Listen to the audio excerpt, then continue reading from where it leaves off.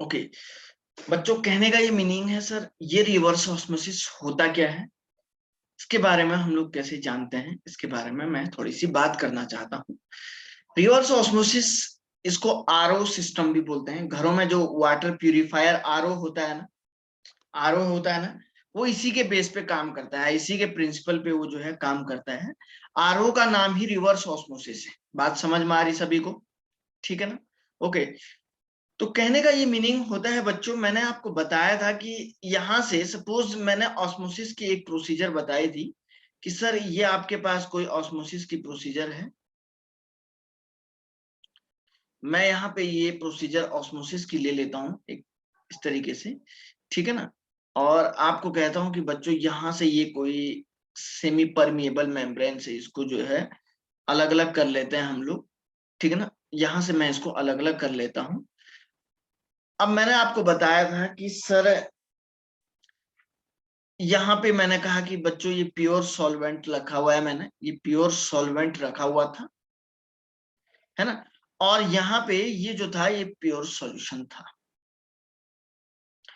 अब मैंने आपको बताया था बच्चों ये जो सॉल्वेंट के पार्टिकल हैं सेमी परमिएबल, ये एसपीएम यहाँ पे बताया था लास्ट लेक्चर में, मैंने आपको पढ़ाया है बहुत अच्छे से।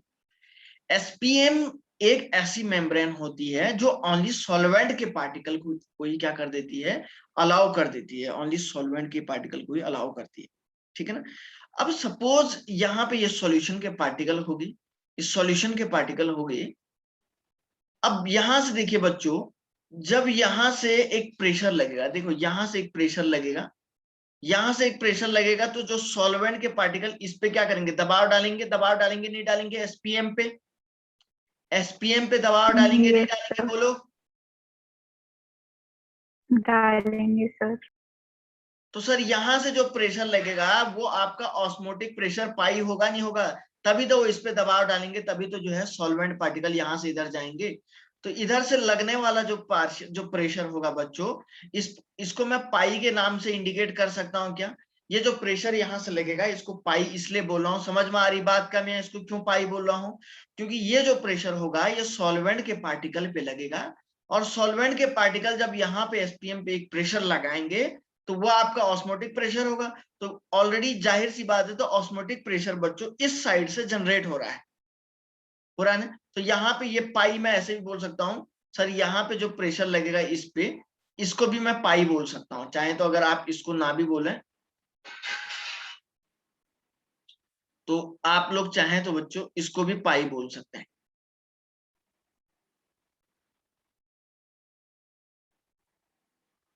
इसको भी आप लोग क्या बोल सकते हैं, पाई बोल सकते हैं, ठीक है ना। अब सुनो, अब मैंने आपको बताया कि सर सपोज यहां से भी कोई एक प्रेशर लगेगा, अब यहां से भी एक प्रेशर लगेगा, मैंने कहा ये जो प्रेशर यहां से लगेगा बच्चों ये पी बोल देता हूं, ठीक है ना। तो आप मुझे एक बात बताइए, सॉल्वेंट के पार्टिकल का सॉल्यूशन की तरफ आना, सॉल्वेंट की तरफ, देखो सॉल्वेंट के पार्टिकल का सॉल्यूशन की तरफ आना, ये आपने क्या बोला था सर, इस प्रोसीजर को आपने क्या बोले थे, ऑस्मोसिस के ऑस्मोस। थे। तो अगर मैं कहता हूं बच्चों सॉल्वेंट के पार्टिकल की तरफ, सॉल्वेंट के पार्टिकल की तरफ आना, किसका, किसका, सॉल्यूशन के पार्टिकल का उल्टा आना वापस, तो इसको मैं क्या रिवर्स ऑस्मोसिस बोलूंगा नहीं बोलूंगा, आप बताओ भाई। बोलेंगे सर। तो अब मुझे एक बात बताइए बच्चों, अगर ये प्रेशर ज्यादा लगेगा, अगर ये वाला प्रेशर ज्यादा लगेगा तो ये वाले पार्टिकल वापस को आएंगे नहीं आएंगे, आएंगे नहीं आएंगे सॉल्यूशन के पार्टिकल। इफ मैं लिखता हूं, if P is equal to P is greater than pi, अगर प्रेशर P की वैल्यू ज्यादा है ग्रेटर देन पाई से, तो आप बोलेंगे सर ये कंडीशन रिवर्स ऑस्मोसिस को फॉलो करेगी नहीं करेगी, बोलो। करेगी सर। और इफ मैं यहां पे लिख देता हूं if P is the lesser than pi, तो ये प्रोसीजर किसको फॉलो करेगी, ऑस्मोसिस। और सर अगर P इज इक्वल टू पाई के बराबर हो तो ये आपका क्या हो जाएगा, इक्वल हो जाएगा, तो इसको हम क्या बोलेंगे सर, ये इसके लिए इक्विलिब्रियम हो जाएगा, सॉल्यूशन का जो प्रेशर है वो इक्वल हो जा रहा है इधर सॉल्वेंट के प्रेशर से, तो ये बच्चों ये वाला पूरा का पूरा टर्म क्या हो जाएगा, तो इसको मैं बोलूंगा कि यहाँ पे ये कंडीशन ऐसे शुरू हो जाएगी। यहां तक अगर किसी को कोई डाउट है तो वो मुझसे पूछ लें, बोलिए। अब बात ये है कि सर जो घरों में वाटर प्यूरिफायर है वो कैसे काम करता है, वो तो इसके प्रिंसिपल को तो हम अभी पढ़ेंगे नहीं, हमें तो बस थोड़ा सा, वैसे भी आपने पढ़ा नहीं होगा, बस हमें थोड़ा सा इसके बारे में नॉलेज होना चाहिए। रिवर्स ऑस्मोसिस की प्रोसीजर क्या हो रही है, बस सॉल्यूशन के पार्टिकल का वापस सॉल्वेंट की तरफ आना, सॉल्यूशन के पार्टिकल का वापस सॉल्वेंट की तरफ आना। यहां तक क्लियर है या नहीं है, बोलिए, शाबाश। क्लियर है क्लियर सर। है सर। ओके, तो आरओ वाली रिवर्स ऑस्मोसिस की प्रोसीजर कंप्लीट हो गई है बच्चों। अब मैं आप लोगों को पढ़ाने जा रहा हूं वन टू ऑफ फैक्टर। बहुत बहुत बहुत इंपॉर्टेंट है। बहुत सारे न्यूमेरिकल ऐसे बचे हुए हैं जो हम लोग नहीं कर पा रहे हैं। क्यों नहीं कर पा रहे हैं, क्योंकि sir one two of factor हम लोगों ने नहीं पढ़ा हुआ है। जब वन टू ऑफ फैक्टर अगर एक बार पढ़ लेंगे तो सब कुछ बढ़िया हो जाएगा, ठीक है ना। Okay,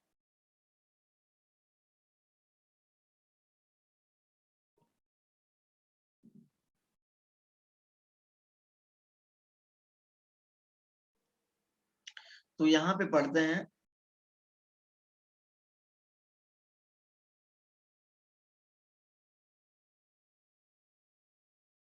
one two of factor,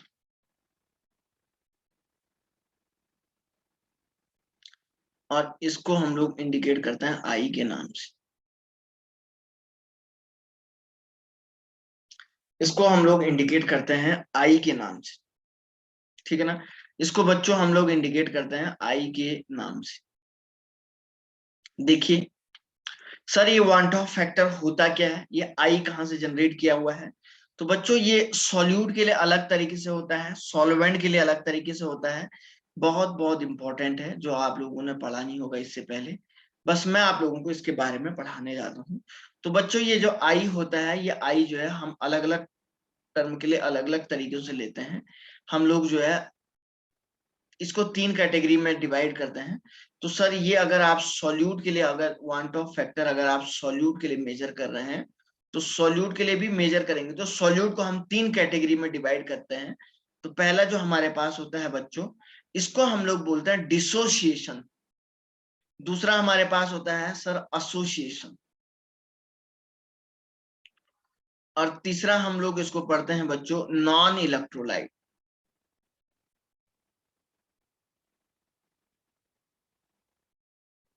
ठीक है ना। पहला हमारे पास हो गया डिसोसिएशन, पहला हमारे पास हो गया डिसोसिएशन, दूसरा हमारे पास हो गया एसोसिएशन, और तीसरा हमारे पास हो गया बच्चों नॉन इलेक्ट्रोलाइट। ठीक है ना, एसोसिएशन, डिसोसिएशन और नॉन इलेक्ट्रोलाइट हो गया। तो देखिए सबसे पहली बात है सर, डिसोसिएशन बोलते किसको हैं, इसके बारे में हम लोग डिस्कशन करते हैं। ठीक है ना। तो आइए पहला टर्म्स हम किसके लिए पढ़ रहे हैं, सॉल्यूट के लिए। तो सर सॉल्यूट में पहले डिसोसिएशन किसको बोला जाता है। डिसोसिएशन का मतलब होता है बच्चों, किसी भी केमिकल रिएक्शन में, फॉर ए केमिकल रिएक्शन, कोई भी एक केमिकल रिएक्शन में किसी चीज का डिसोशिएट होना, किसी चीज का डिसोशिएट होना, उसको बोला जाता है डिसोसिएशन। कहने का मतलब ये हो गया कि मैंने आपको बताया कि सर, सपोज मैंने आपको बताया बच्चों कि ए बी यहाँ पे था, तो ए बी जब आपस में रिएक्शन करेगा तो ये ए प्लस और बी नेगेटिव में डिसोशिएट हो जाएगा, तो इसको बोला जाता है डिसोसिएशन। और बच्चों डिसोसिएशन के लिए हमेशा वैल्यू होती है ग्रेटर देन 1, और एसोसिएशन के लिए जो वैल्यू होती है बच्चों लेसर देन 1, और इसके लिए जो वैल्यू होती है 1 के बराबर होती है। ठीक है ना, ये हमारे पास वन टॉप की वैल्यू है। लेकिन सर डिसोसिएशन बोलते किसको है वो तो देखो। अगर बच्चों मैंने आपको बोला कि मेरे पास कोई NaCl था, NaCl का अगर मैं डिसोसिएट करूंगा तो ये Na पॉजिटिव और प्लस जो है Cl नेगेटिव आ जाएगा। तो ये जो डिसोसिएशन हुआ है, इसके लिए मैं जो वन टॉप फैक्टर की जो वैल्यू बोलूंगा, जो वन टॉप फैक्टर की वैल्यू बोलूंगा बच्चों, इसको मैं हमेशा हमेशा क्या बोलूंगा, ग्रेटर देन 1 बोलूंगा। ठीक है ना। तो यहाँ पे आप देख रहे हैं कि 100% इसका क्या हो रहा है, 100% आप बोल रहे हैं सर ये डिसोशिएट हो रहा है, डिसोसिएशन हो रहा है। 100% आपने क्या बोला सर, डिसोसिएशन हो रहा है। तो इसके लिए हमारे पास एक वैल्यू होती है, तो van't Hoff factor is equal to होता है molar mass of theoretical upon molar mass of observe. ये इसके लिए एक वैल्यू होती है, ठीक है ना। मोलर मास थ्योरेटिकल का मीनिंग क्या होता है, ये इसका फॉर्मूला होता है। मोलर मास थ्योरेटिकल का वैल्यू होता है जो आपने निकाला, जो आपने कैलकुलेट किया, ठीक है ना, जो आपने कैलकुलेट किया उसको बोलते हैं थ्योरेटिकल। और मोलर मास ऑब्जर्व्ड का मतलब होता है बच्चों जो एक्चुअल में उसका मोलर मास है, एक्चुअल में जो है, एक्चुअल मोलर मास जो होगा उसको बोला जाता है मोलर मास ऑब्जर्व्ड वैल्यू।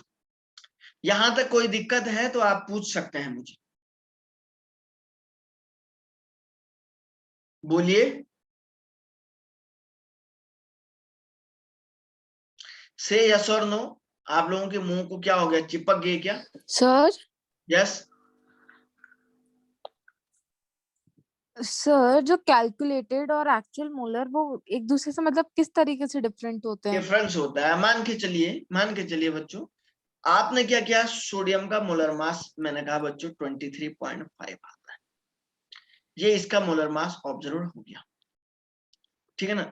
अब आप किसी का मोलर मास कैसे निकालते हैं, उसके मास अपॉन एवोगैड्रोस नंबर से निकालते हैं। अब उसको कैलकुलेट जब करेंगे, मान के चलिए वो 23.1 आ गया, तो ये तो आपका क्या हो गया, कैलकुलेटेड आ गया, थ्योरेटिकल जिसको बोल रहे हैं, और ये आपका जी ऑब्जर्व। सर। क्लियर सर हुई बात? कैलकुलेटेड हमेशा ऑब्जर्व से छोटा जाएगा? कम भी हो सकता है, ज्यादा भी हो सकता है, वो तो डिपेंड करता है on the spot. Okay. Okay, चलिए आगे पढ़ते हैं dissociation. Sir sir yes. Sir जो आई की वैल्यू आपने लेस देन 1 लिखी है वो हमें पता होता है, वो याद रखना है? नो नो नो नो, याद नहीं रखना है वो याद नहीं रखना है, वो मैं भी सिखाता हूँ आपको। Okay sir. ओके, चलिए। तो बच्चों मैंने आपको बताया है कि सर ये जो है, हमने आपको बताया कि सर यहाँ पे ये जो वैल्यू है, ठीक है ना, ये आई की वैल्यू मैंने आपको बताया कि सर यहाँ पे जो molar mass of the theoretical होगा, ये molar mass of the observed होता है, इजिकल टू हम लोग इसको बोलते हैं आई से इंडिकेट करते हैं। ये वांट ऑफ फैक्टर निकालने का एक फॉर्मूला हो गया। According to chemical equilibrium, according to chemical equilibrium, chemical equilibrium में आप लोगों ने पढ़ा होगा, according to the chemical equilibrium, तो आपने पढ़ा होगा molar mass of the theoretical upon molar mass of the observed, ये वैल्यू, ये आपने, ये जो फॉर्मूला है बच्चों, ये आपने वहां पे पढ़ा होगा, अल्फा, ये वाली ये वैल्यू, इसकी वैल्यू आपने वहां पे पढ़ी होगी। इसका बड़ा सा डेरिवेशन है, ये काफी बड़ा है, उससे आपको ये कैलकुलेट करके ये निकाला जाता है।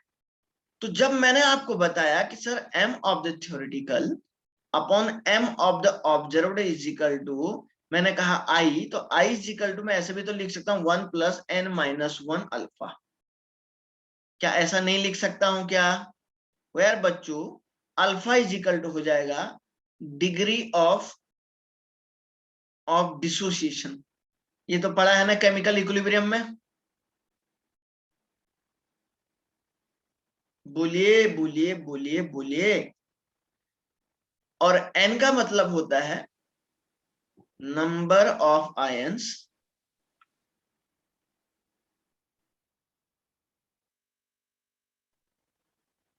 ऑब्जर्व्ड फ्रॉम वन मॉलिक्यूल, एक मॉलिक्यूल से कितना आयन प्रोड्यूस होता। जैसे मैंने कहा सर बच्चों ए बी, तो सर यहां से ए प्लस में टूटेगा, प्लस बी में टूटेगा, तो एन की वैल्यू इसके लिए 2 हो जाएगी, क्योंकि ए बी ये एक मॉलिक्यूल, इसका कितना में टूट रहा है, 2 में टूट रहा है ना, तो ये एन की वैल्यू 2 हो जाएगी। बोलिए। सर ये 1 प्लस एन माइनस 1 अल्फा ये जो है ये फिक्स्ड है मतलब? ये तो कैलकुलेट किया गया है ना, हमने जो है एक डेरिवेशन पढ़ा होगा काफी बड़ा सा, हम लोग डिग्री ऑफ डिसोसिएशन के रिस्पेक्ट में एक डेरिवेशन पढ़ते हैं ना वहां पे। केमिकल इक्विलिब्रियम में? जी जी। हमको नहीं आता सर। आपको नहीं पता क्या? पलक ने भी नहीं पढ़ा? नहीं सर मतलब यस पढ़ा सर। है पर पर याद नहीं है। Yes sir. हाँ, तो इसको अब ऐसे ही लिख लीजिएगा, आप समझ रहे हो ना, क्योंकि ऐसे मैं याद रख लेना बस। हाँ, क्योंकि काफी आगे बढ़ना है तो मैं डेरिवेशन नहीं करा पाऊंगा यहाँ पे, समय उस हिसाब से नहीं हो पाएगा एडजस्ट।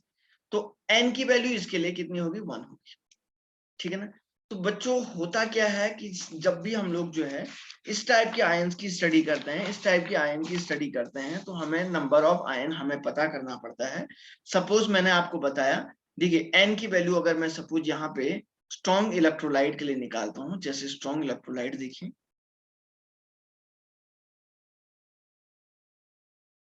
देखिए फॉर स्ट्रॉन्ग इलेक्ट्रोलाइट के लिए n की वैल्यू कैसे निकलेगा,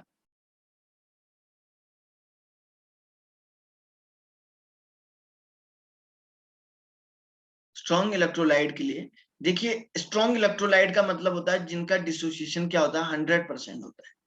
स्ट्रॉन्ग इलेक्ट्रोलाइट का मतलब जिनके लिए अल्फा की वैल्यू 100% होगी, मतलब अल्फा इज इक्वल टू हमेशा 1 हो जाएगा, है ना, अल्फा इज इक्वल टू हमेशा 1 होगा या 1 से ज्यादा होगा, ठीक है ना। 100% का मतलब होता है 1, समझ रहे ना, अल्फा की वैल्यू 1, 100% का मतलब क्या हो गया, अल्फा इज इक्वल टू 100/100, समझ रहे हैं ना। 100% क्यों होता है, क्योंकि स्ट्रॉन्ग इलेक्ट्रोलाइट है, इलेक्ट्रोलाइट का मतलब जो आसानी से टूट जाते हैं, है ना, इलेक्ट्रोलाइट का मतलब क्या होता है बेटा, जो आसानी से टूट जाते हैं। अब सर आप ये बताइए, सपोज बच्चों मैंने आपको बताया स्ट्रॉन्ग इलेक्ट्रोलाइट के लिए मैं अगर ऐसे बात करता हूं, तो अगर हम लोग देखते हैं, देखिए एक एग्जांपल हम लोग लेते हैं HCl। तो HCl जब H प्लस और प्लस काय में टूटेगा, Cl नेगेटिव में टूटेगा नहीं टूटेगा, बोलो टूटेगा क्या। Yes sir. तो n की वैल्यू इसके लिए क्या हो जाएगी बच्चों, 2 के बराबर आ जाएगी, आएगी नहीं आएगी। सर अगर आप जो है यहाँ पे HNO3 लेते हो, तो HNO3 में ये जब टूटेगा सर, ये H पॉजिटिव और NO3 माइनस में टूट जाएगा, और n की वैल्यू यहाँ पे भी कितनी हो जाएगी, तो सर H2SO4 में अगर आप लेते हो, तो ये 2H पॉजिटिव प्लस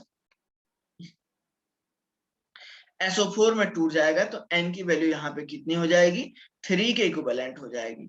बच्चों अगर मैं HClO4 की बात करता हूं, तो ये H पॉजिटिव और प्लस ClO4 नेगेटिव में पूछेंगे, तो n की वैल्यू यहाँ पे 2 हो जाएगी। ये वांट ऑफ फैक्टर पढ़ना बहुत जरूरी है, क्योंकि बहुत सारे क्वेश्चन में बोल रहा था ना ये नहीं होंगे, तो ये अब उसी से होंगे। समझ में आया क्या सभी को, बोलो। Yes sir. ओके, चलिए आगे और से फिर से बढ़ते हैं, ठीक है ना। इसका स्क्रीनशॉट ले लीजिएगा आप लोग, उम्मीद करता हूं कि आप जरूर लेंगे। अब देखिए सपोज स्ट्रॉन्ग बेस अगर आपने ले लिया, स्ट्रॉन्ग बेस का मतलब जो जल्दी से टूट जाएगा, आसानी से जो OH माइनस देगा, जो बढ़िया से OH माइनस देगा। तो इधर देखो भाई, सर ये NaOH है, तो सर ये पहले Na पॉजिटिव में टूटेगा प्लस दूसरा OH माइनस में टूटेगा नहीं टूटेगा, बोलो टूट जाएगा क्या। सर इधर देखो सर KOH देखो सर, तो ये सर पहले K पॉजिटिव में टूटेगा प्लस फिर काय में टूटेगा OH माइनस, तो N की वैल्यू दोनों के लिए कितनी आ जाएगी, 2 आएगी नहीं आएगी, आएगी सर। ओके। BaOH2 में देखो बच्चों, तो सर यहाँ पे ये Ba2 पॉजिटिव में टूट जाएगा प्लस साथ में क्या हो जाएगा 2OH माइनस, तो N की वैल्यू बच्चों यहाँ पे 3 आएगी नहीं आएगी, बोलिए आप लोग खुद से बोलिए। आएगी सर। आ जाएगी सर। स्क्रीनशॉट ले लीजिएगा, वेरी वेरी गुड बच्चों।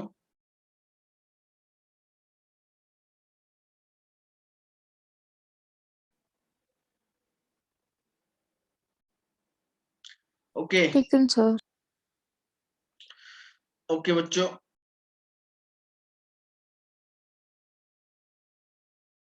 अब हम लोग क्या करते हैं, कुछ अदर टाइप के कुछ सॉल्ट लेते हैं। देखिए सॉल्ट के केस में सर ये NaCl टूटेगा, ये तो बड़ा पॉपुलर एग्जांपल है सर। ये Na पॉजिटिव और Cl माइनस में टूटेगा सर, बिल्कुल टूटेगा।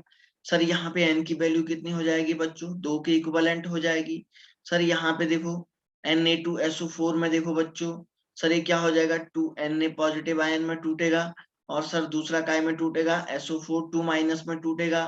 N की वैल्यू कितनी हो जाएगी, 3। ओके। सर यहाँ पे देखो सर K4, यस सर इसका यूज क्या है बाद में। इसका यूज है बहुत कुछ।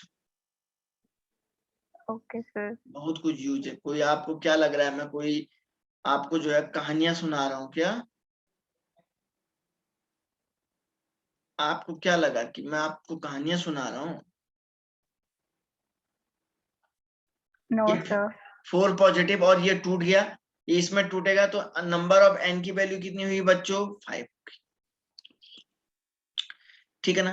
कहने का ये मीनिंग है कि सर ये अगर ऐसे टूट जाएगा तो आप देख रहे हैं बिल्कुल n की वैल्यू यहाँ पे ऐसा आ जाएगा। अब क्वेश्चन का एक बेसिक फॉर्म मैं आपको बताता हूं। क्वेश्चन जैसे कैसे पूछेगा, मैंने आपको बताया जो स्ट्रॉन्ग इलेक्ट्रोलाइट है उनका अल्फा की वैल्यू 100% होती है। ठीक है ना? सपोज एक क्वेश्चन ऐसा पूछेगा, स्क्रीनशॉट ले लिया होगा शायद।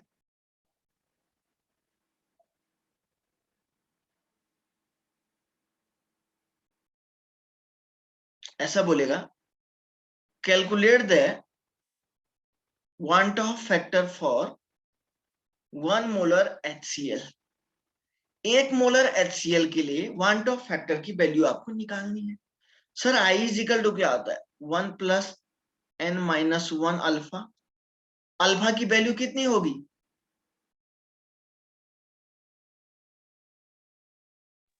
1। ओके। H प्लस और प्लस Cl माइनस में टूटेगा, n इज इक्वल टू 2 हो गया, अल्फा इज इक्वल टू 1 हो गया। तो sir I is equal to 1 plus 2 minus 1 into 1 is equal to क्या हो गया? 1 प्लस 1 इज इक्वल टू ये इसकी वैल्यू ये 2 आएगी नहीं आएगी? बोलो, क्वांट ऑफ फैक्टर 2 आएगा आएगा सर। क्या? ओके। सर दूसरा क्वेश्चन अगर आपको ऐसा पूछ दिया जाए,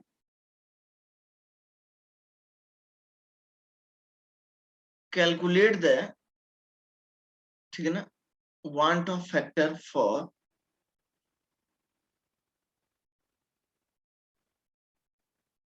want Hoff factor I if 1 molar HCl is 10%, ये 10% है, ये 10% है आयोनाइज। इसको कैसे निकालेंगे? इसको कैसे निकालेंगे बोलिए बच्चों? क्वेश्चन नंबर 2 ये ऐसा अगर पूछ दिया जाए हाँ सर। तो I इज इक्वल टू वही सर कहानी। सेम नहीं होगा, सेम हो जाएगा। नो, अल्फा की वैल्यू सर यहाँ पे आप देख रहे हैं 10% है, तो 10/100 सर यहाँ पे इस जीरो से ये जीरो कट गया, 0.1 अल्फा इतना आएगा। तो I is equal to 1 plus n की वैल्यू तो पता है 2 है, 2 माइनस 1 इंटू 0.1। तो सर 1 प्लस 0.1 इक्वल टू 1.1 इसके लिए वैल्यू आएगी। कोई डाउट? कोई डाउट? क्या सेम आ रहा है क्या? No sir. सर तरीका, जी क्या बोल रही हो आप? सर मैं बोली थी तरीका सेम लगेगा, वही मेथड आई का। ओके। तो ये जो बेसिक सी बातें हैं बच्चों, ये हमने आपको बता दी है किस तरीके से हमने इसको जो है कैलकुलेट किया है। तो ये जो है सब जगह यूज होगा, वांट ऑफ फैक्टर सारे के पास यूज होता है, ध्यान रखिएगा। ठीक है ना? ओके। अच्छा, एक तो ये हो गया आपके पास, मैंने आपको बता दिया कि जो है ये वैल्यू हो जाएगी। ठीक है ना? इस टाइप के क्वेश्चन आपको सॉल्व करना है। आइए दूसरा हम लोग जानते हैं नॉन इलेक्ट्रोलाइट के लिए। नॉन इलेक्ट्रोलाइट के लिए एसोसिएशन हम सबसे लास्ट में पढ़ते हैं। ठीक है ना? दूसरा हम लोग जानते हैं कि सर यहाँ पे नॉन इलेक्ट्रोलाइट के लिए चेक करते हैं।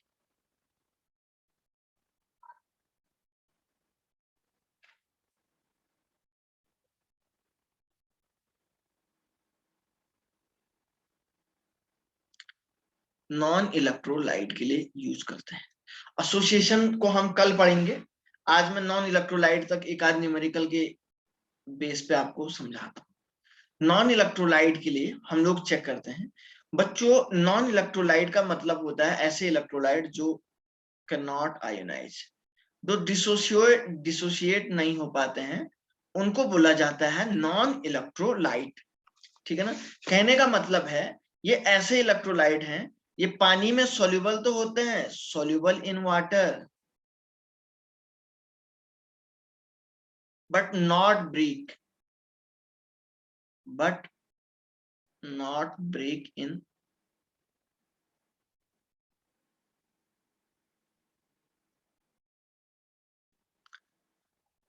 आयंस।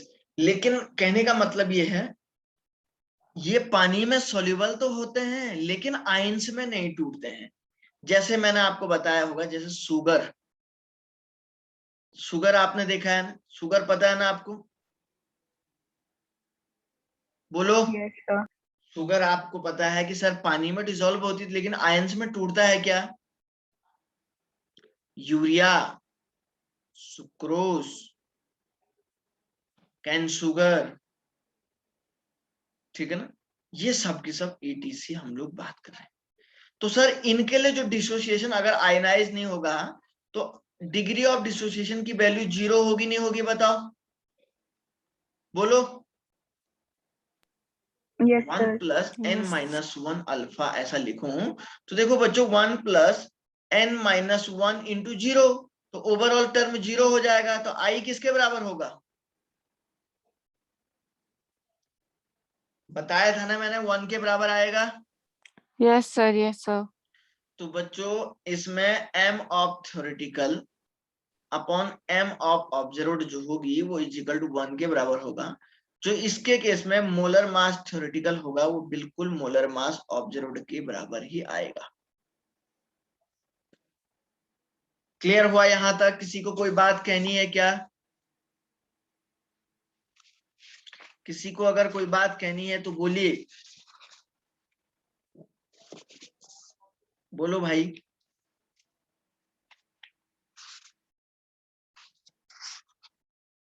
ओके, उम्मीद करता हूं कि आप लोगों को समझ में आ रहा होगा बढ़िया से। कोई भी आप लोगों को टेंशन लेने की बात ही नहीं है, ठीक है ना। ओके, अब सर अभी आपने एसोसिएशन वाला टर्म्स तो नहीं पढ़ाया, लेकिन मैं आप लोगों को एक बात बता देता हूं बच्चों। हम लोगों ने अभी तक जो जो बातें पढ़ी हुई है, अब वांट ऑफ फैक्टर सब जगह यूज होता है। वांट ऑफ फैक्टर बिल्कुल सब जगह यूज होगा। ओनली अभी तक मैंने अभी तक आप लोगों को जो क्वेश्चन करवाए थे वो मैंने सारे के सारे नॉन इलेक्ट्रोलाइट के करवाए थे। देख लीजिएगा आप, कहीं पे यूरिया लिखा होगा, कहीं पे शुगर लिखा होगा, कहीं पे सुक्रोज लिखा होगा, देख लीजिएगा।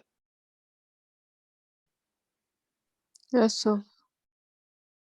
मैंने कहीं पे आपको H2SO4 का नहीं करवाया था, NaCl का नहीं करवाया था, HCl का नहीं करवाया था। करवाया है क्या? नहीं करवाया है। कोई भी क्वेश्चन करवाया है क्या? नहीं। तो ये No, sir. हमेशा यूज होते हैं बच्चों, ये जो हमेशा यूज होते हैं, यहाँ पे आप निकालना तो सीख गए हैं। तो बच्चों ये हमेशा कहाँ पे यूज होते हैं मैं आपको बता देता हूँ। ये कॉलिगेटिव प्रॉपर्टीज जो आप लोगों ने पढ़े हैं, ठीक है ना, जो कॉलिगेटिव प्रॉपर्टीज में है,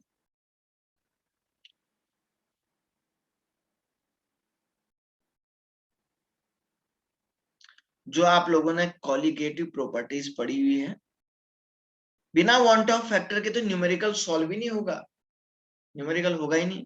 तो पहला आपने क्या पढ़ा था? RLVP पढ़ा था।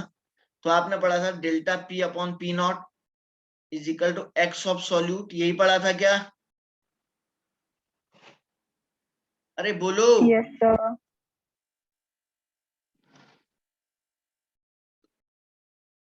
X of solute.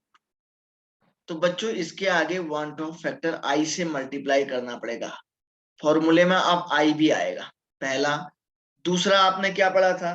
दूसरा आपने सीधे पढ़ा था एलिवेशन इन बॉइलिंग पॉइंट।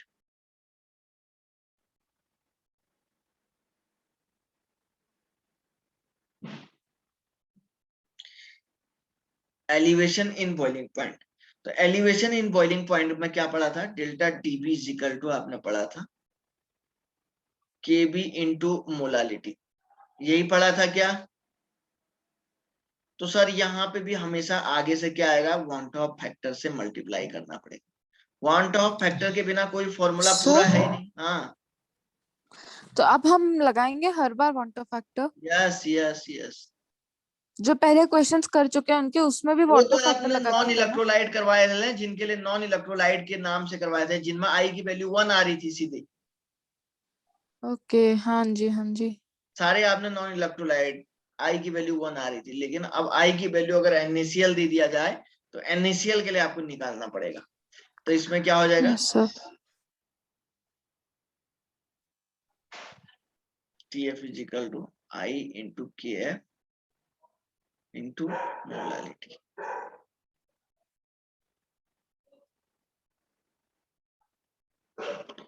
और एक और चौथा आपने पढ़ा था ऑस्मोटिक प्रेशर।